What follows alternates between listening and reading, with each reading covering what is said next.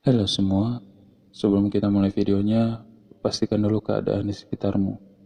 Siapa tahu ada yang ikut dengerin, padahal kamu lagi sendirian.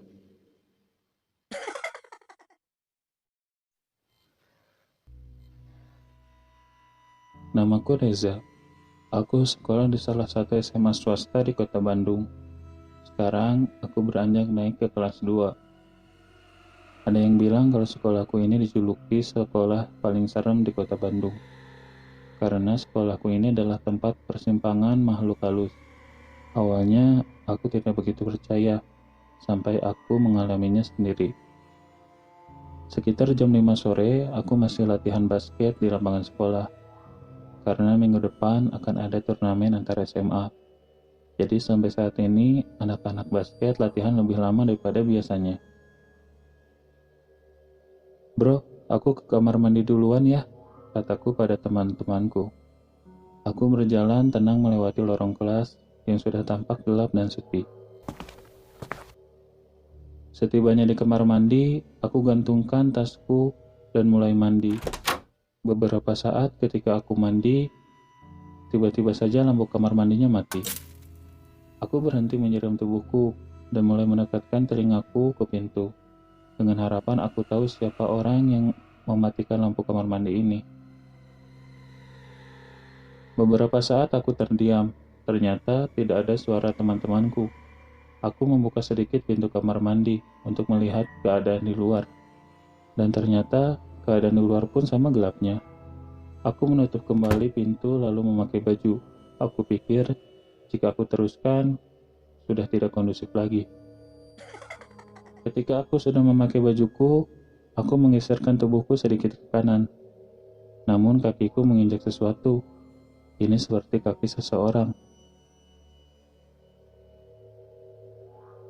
Aku mulai mundur beberapa langkah menuju tembok. Dan di dalam kegelapan itu, aku seperti merasakan ada seseorang bersamaku. Aku segera mengambil tas yang kugantungkan di belakang pintu. Namun karena panik, aku pun terjatuh. Aku mulai membungkukkan badanku meraba-raba mencari tasku. Tiba-tiba, aku mendengar suara yang sedang bernafas. Jelas sekali, itu bukan suara nafasku. Hembusan nafasku itu sangat kuat, dan badanku mulai merinding. Keringat dingin mulai bercucuran di keningku. Aku ingin segera keluar dari sini. Aku mencari gagang pintu yang ada di sisi kiriku, namun pintu kamar mandinya susah terbuka, dan dari arah belakangku angin dingin berhembus seperti meniupi pundakku. Suara hembusan nafas itu membuatku sangat takut. Aku memberanikan diri membalikkan tubuhku, namun tidak ada siapa-siapa. Jantungku kini semakin berdegup kencang. Aku ingin berteriak memanggil teman-temanku, namun aku tidak bisa. Tubuhku sekarang menjadi kaku, badanku sama sekali tidak bisa digerakkan. Tiba-tiba ada sesuatu yang bergerak-gerak di atas kepalaku. Sekarang aku merasakan ada sesuatu yang menyentuh rambutku. Sedikit demi sedikit, dan kali ini teksturnya mulai terasa. Ini adalah rambut. Sebuah rambut yang sangat panjang dan menutupi wajahku. Sekuat tenaga aku berusaha memberontak, namun seperti ada yang memeluk dari belakang dengan sangat erat. Aku semakin tidak bisa bergerak, dan nafasku tidak bisa berjalan dengan lancar. Dan kali ini suara hembusan nafas itu terdengar jelas dari atas kepalaku. Aku mulai membaca doa di dalam hati, sambil mengingat doa-doa yang aku hafal. Namun sulit sekali untuk mengeluarkan suara, sampai akhirnya aku bisa bergerak. Ketika aku melihat ke atas, nampak sebuah wajah dengan mata yang sangat merah. Hanya beberapa detik saja aku melihat sosok itu, dan tidak lama sosok itu menghilang. Badanku yang kaku sudah bisa aku gerakkan, dan aku segera berlari keluar.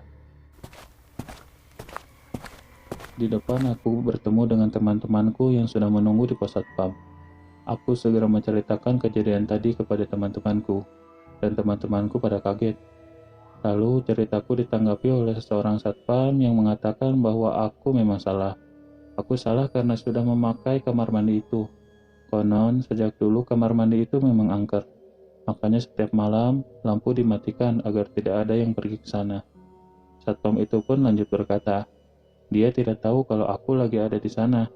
Karena saat itu dia lewat, semua pintu kamar mandi terbuka dan kosong.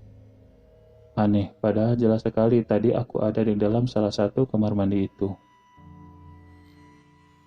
Terima kasih karena sudah menyimak cerita di channel ini. Sekali lagi, pastikan bahwa tidak ada yang diam-diam merhatiin kamu. Jangan lupa subscribe, dan sampai jumpa di cerita berikutnya.